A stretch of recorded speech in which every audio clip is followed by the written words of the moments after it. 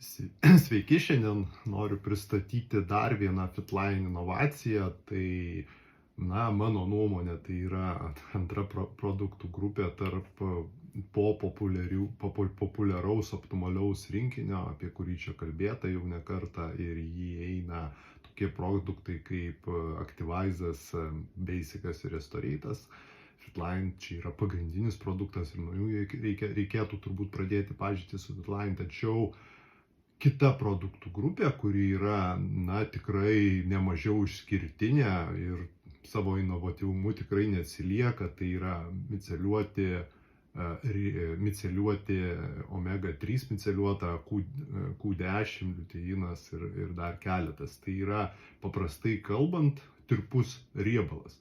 Apskritai noriu pasakyti, kad visa maisto papildų rinka būtent juda link gėrimų. Kodėl? Todėl, kad mūsų organizmui skystas pavidalas yra kur kas priimtinesnis negu tas, kuris yra, piliulių, tablečių galbūt pavidalu. Kodėl? Todėl, kad mes organizmas pasisavina ir gerai pasisavina maistą, kuris yra sukramtytas, kuris yra, vienaip apdorotas, mums yra priimtinas, ir jeigu tai yra kieto pavidalo kažkas, tai yra be abejo, tam reikia apdoroti, išeiti ir didelio dalis jo pasisavina. Tai čia buvo būtent ir nueita Fitline filosofija, Fitline kelias yra, tai yra būtent skysti maisto papildai, ir man dabar tenka stebėti, kad praktiškai visa maisto papildų industrija juda būtent čia. Tai yra į skystus maisto papildus. Tai yra dabar visa rinka čia juda, vartotojams tiesiog to reikia. Kodėl?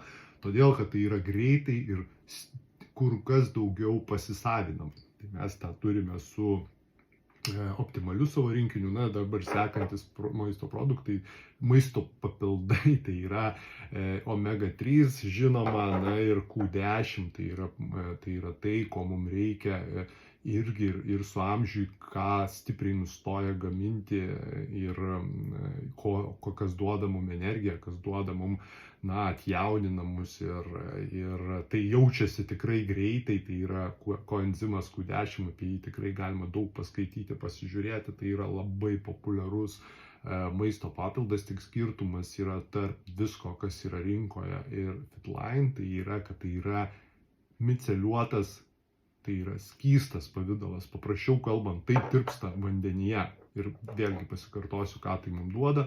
Tai duoda greitą ir didelį pasisavimą per 90%. Tai galiu pademonstruoti dabar, kaip tai atrodo, kad suprasti, kas tai yra tirpus riebalas, nes čia iš tikrųjų daug kas galvoja, kad tai yra, matote, aš lašinu omega, į vieną stiklinę lašinu Q10, nes jos kartu galima čia gerti. Ir tai yra tirpu. Ir tiesiog išmaišau, viskas ištirpo. Negana to, tai galima gerti kartu su Basicu. Viskas.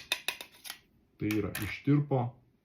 Ir viskas, tai galima gerti, ir net tai savotiškai man tai skanu, be abejo, turi tam tikrą omegos prieskonį.